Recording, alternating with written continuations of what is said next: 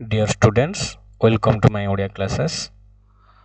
गतकाली आमे देखिथिले सादृश्यर important question कौन सब एग्जाम रे आसीबो हमर high school examination annual examination 2024।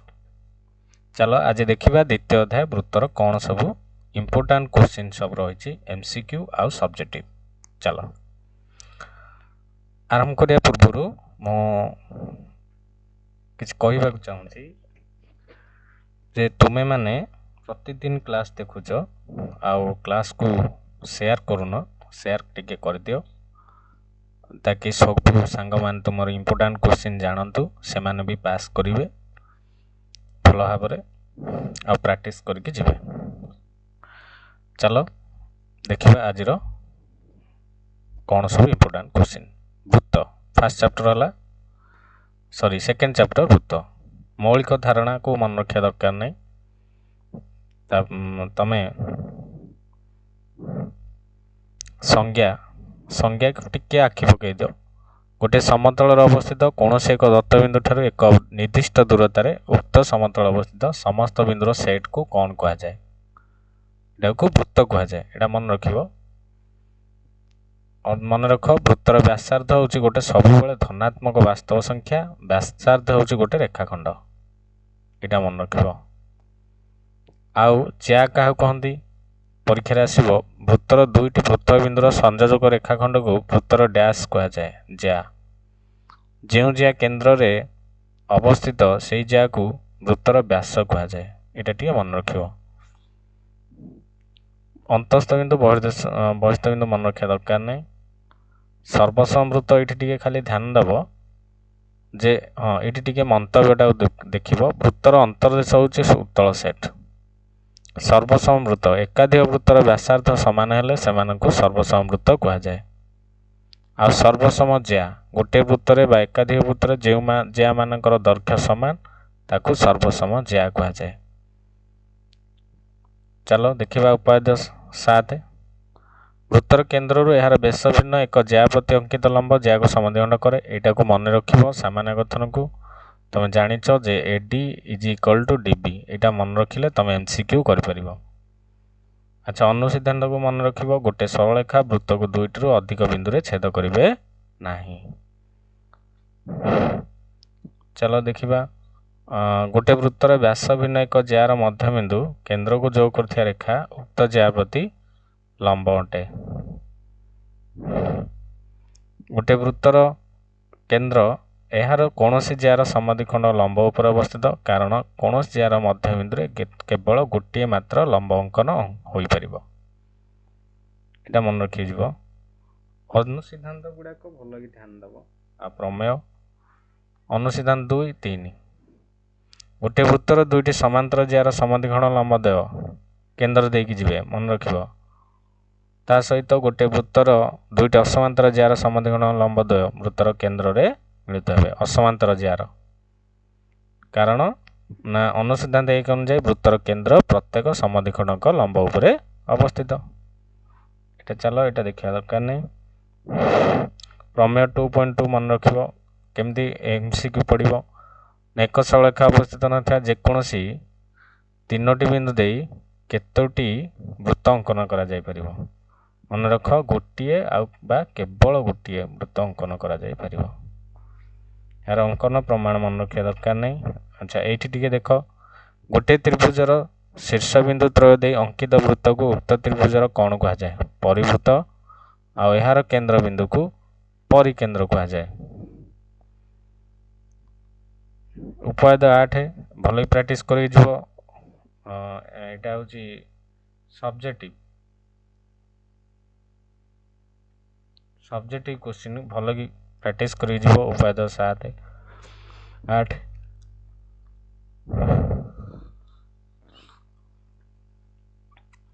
तापरे मन रख दुईटी सर्वसम वृत्तर समान दैर्घ्य विशिष्ट ज्या माने केंद्र ठारू समदूरवर्ती। एटा मन रखिबो। एटा इंपोर्टेंट क्वेश्चन। तापरे एटा गोटे वृत्तर केंद्र ठारू समदूरवर्ती ज्या मानकर दैर्घ्य समान। दुईटी सर्वसम वृत्तरे निज निज केंद्र ठारू समदूरवर्ती ज्या मानकर दैर्घ्य समान।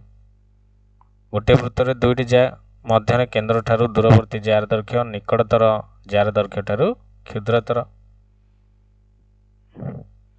ଗୋଟିଏ ବୃତ୍ତରେ ଦୁଇଟି ଜ୍ୟା ମଧ୍ୟରୁ କ୍ଷୁଦ୍ରତର ଜ୍ୟାଟି କେନ୍ଦ୍ର ଠାରୁ ଅଧିକ ଦୂରବର୍ତ୍ତୀ।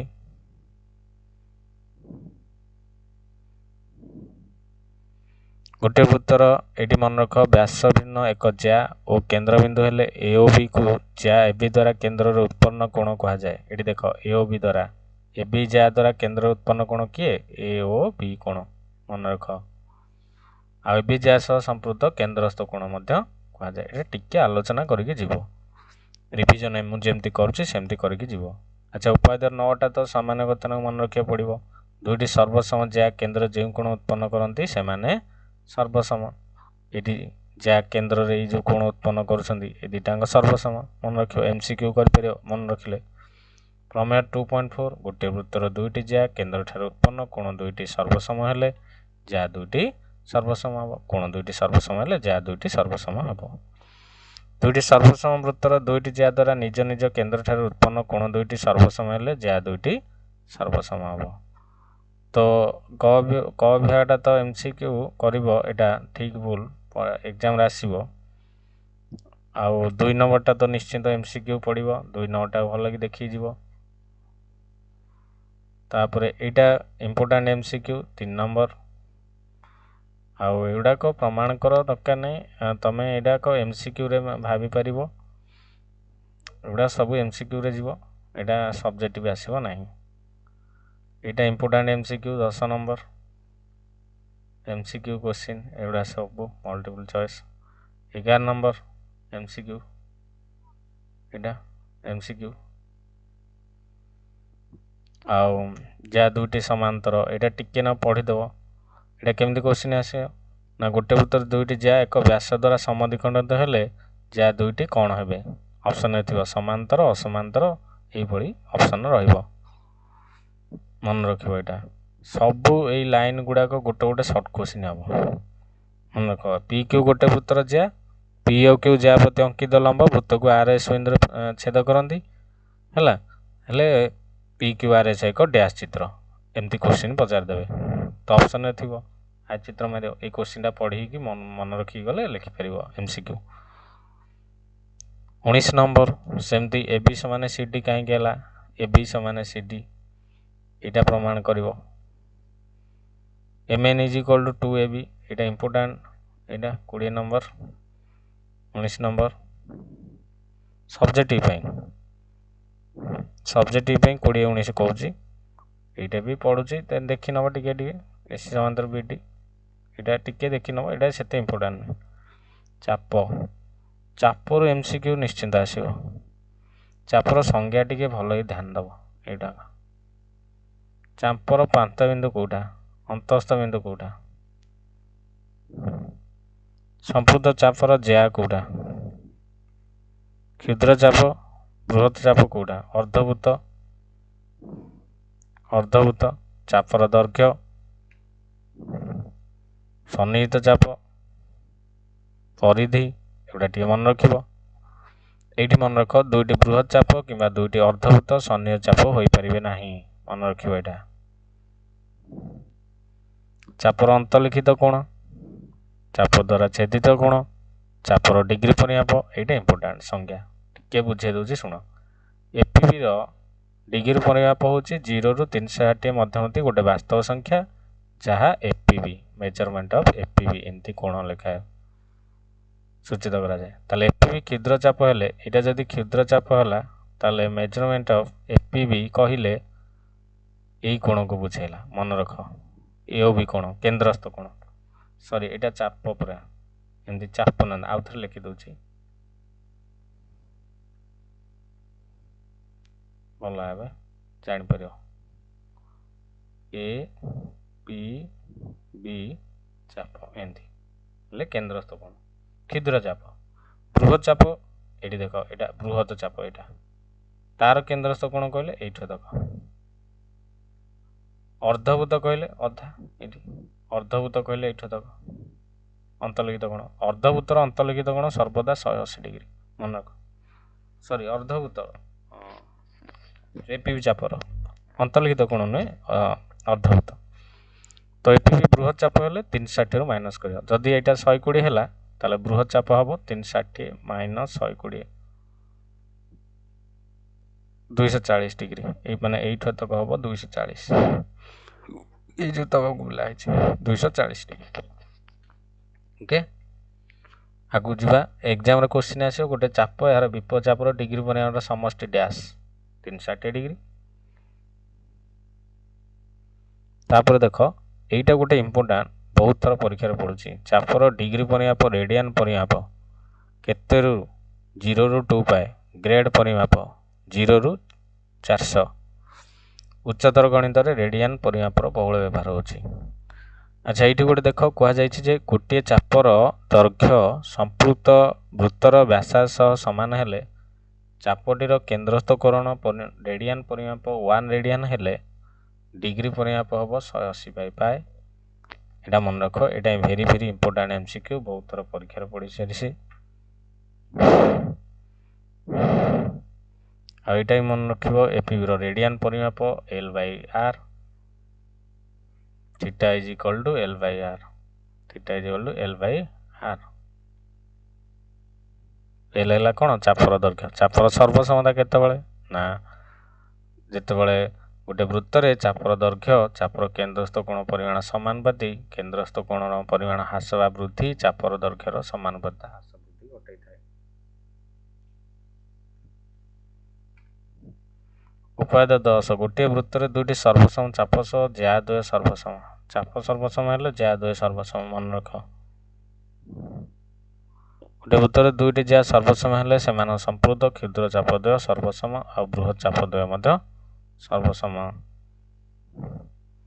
गोटे चापर अंतर्लिखित कोण यार गुरुत्वपूर्ण तथ्य मन रख प्रमेय 2.6 भेरी भेरी इंपोर्टाट भेरी भेरी भेरी VVIP कौन बुझीपार ना ना भेरी भेरी इंपोर्टाट या नहीं एमसीक्यू पढ़ा ही पड़ो गोटे वृत्त रे कौन चापर अंतर्लिखित कोण परिमाण विपरीत चापर डिग्री परिमापर अर्धेक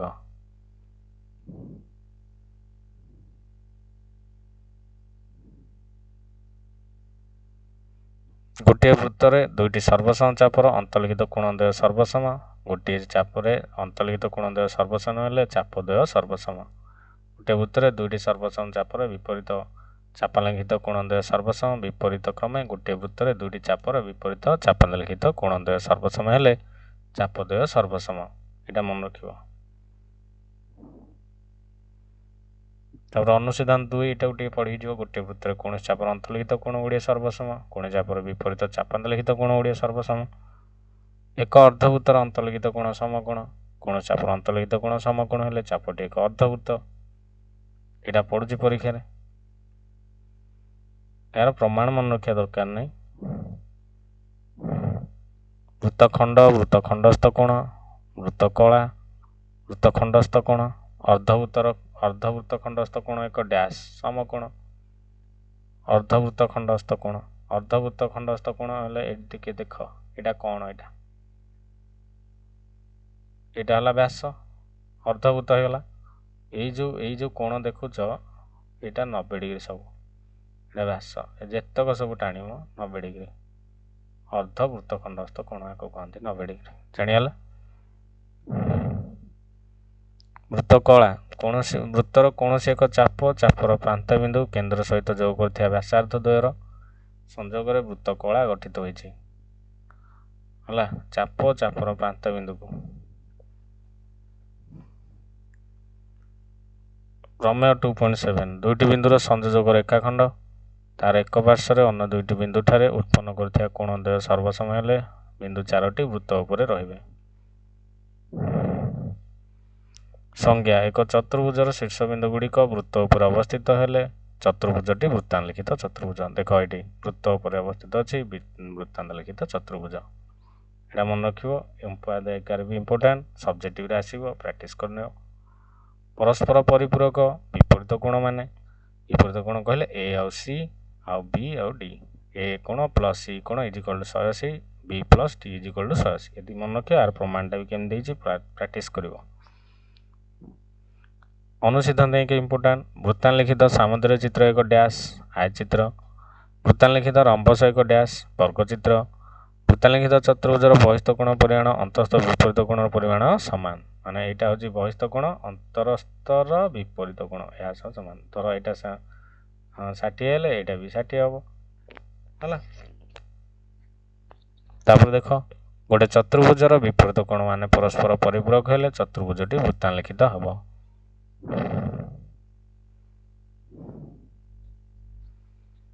ଗୋଟେ ବୃତ୍ତର ବହିସ୍ଥ ପି ବିନ୍ଦୁଗାମୀ ଦୁଇଟି ଛେଦକ ବୃତ୍ତକୁ ଏ ଆଉ ବି ସି ଡି ବିନ୍ଦୁରେ ଛେଦ କରନ୍ତି। PA × PB ସମାନ PC × PD। PA × PB ସମାନ PC × PD। ଏଇଟା ମନେ ରଖିବ। ଏଇଟା APC କୋଣ ସମାନ ହାଫ୍ ଅଫ୍ BD ଆଉ AC ଚାପ। ପରିଶିଷ୍ଟ ପଢ଼ିବା ଦରକାର ନାହିଁ କୌଣସି ପ୍ରକାରରେ ଦରକାର ନାହିଁ। ପରିଶିଷ୍ଟକୁ ପଢ଼ିବା। MCQଟା ଭେରି ଇମ୍ପୋର୍ଟାଣ୍ଟ।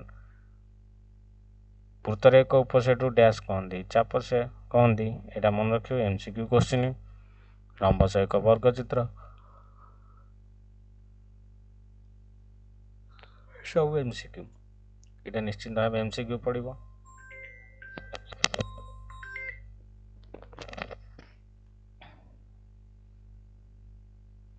ତାପରେ ଏଇସବୁ MCQ ଗୁଡ଼ାକ ପଢ଼ି ନେବ। ଏଇଟା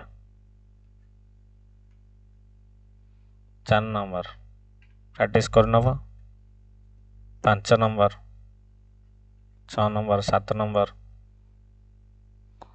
8 ନମ୍ବର MCQ, ସବୁ MCQ। 11 ନମ୍ବର MCQ, ଏଇଟା ସବୁ MCQରେ ଆସିବ। ଏଇଟା ସବୁ MCQ, ଏଇଟା ସବୁ MCQ ପ୍ରାକ୍ଟିସ୍ କରିବ ସବୁ। ଏଇଟା 17 ନମ୍ବର ସବଜେକ୍ଟିଭ, ଏଇଟା MCQରେ ବି ପଡ଼ୁଛି ବେଳେବେଳେ। ଏଗୁଡ଼ା ମନେ ରଖିବ ପ୍ରମାଣ କର। 20 number important, 21 number, 22 number very important subjective, 23 number. ଏଇ ଭିତରୁ ସବଜେକ୍ଟିଭ ଏଗୁଡ଼ା ସବୁ। ଏ ଭିତରୁ ଆସିବ ଗୋଟେ କୋଶ୍ଚିନ୍ ସବଜେକ୍ଟିଭ। ଆଉ ଏଇ ଦୁଇଟାଙ୍କ ପଢ଼ିକି ଗଲେ ଏଇଟା MCQରେ ପଡ଼ିବ। ଏଇଟା ଟିକେ ଦେଖିଦେବ, କିଛି ଅସୁବିଧା ନାହିଁ। ତ ତୁମକୁ ଆଜି ବୃତ୍ତର କହିଦେଲି, ଆଉ ସ୍ପର୍ଶକ ନେକ୍ସଟ କ୍ଲାସ୍ରେ ଆସିବ। ଆଜି ବୃତ୍ତର ପ୍ରାକ୍ଟିସ୍ କରିନିଅ, କହିଦେଲି ମୁଁ। ଓକେ, ସ୍ପର୍ଶକ କାଲି ଆସିବ। ଆଉ ଯେଉଁମାନେ ରେଗୁଲାର ଦେଖୁଛ ପ୍ଲିଜ୍ ଲାଇକ୍ କରିଦିଅ, ସବସ୍କ୍ରାଇବ୍ କର, ବେଲ୍ ଆଇକନ୍କୁ ଅନ୍ କର, ଯାହାକି ମୁଁ ଯେବେ ଭିଡ଼ିଓ ଛାଡ଼ିବି ସେତେବେଳେ ତୁମେ ନୋଟିଫିକେସନ୍ରେ ପାଇଯିବ। ଏ ଭିଡ଼ିଓଟି ଯଦି ଭଲ ଲାଗିଛି ସାଙ୍ଗମାନଙ୍କୁ ସେୟାର କର, ସେମାନେ ଜାଣନ୍ତୁ, ସମସ୍ତେ ପଢ଼ନ୍ତୁ, ଭଲରେ ପରୀକ୍ଷାରେ ନମ୍ବର ରଖି ପାସ୍ କରନ୍ତୁ। ଓକେ, ରହୁଛି, ଧନ୍ୟବାଦ।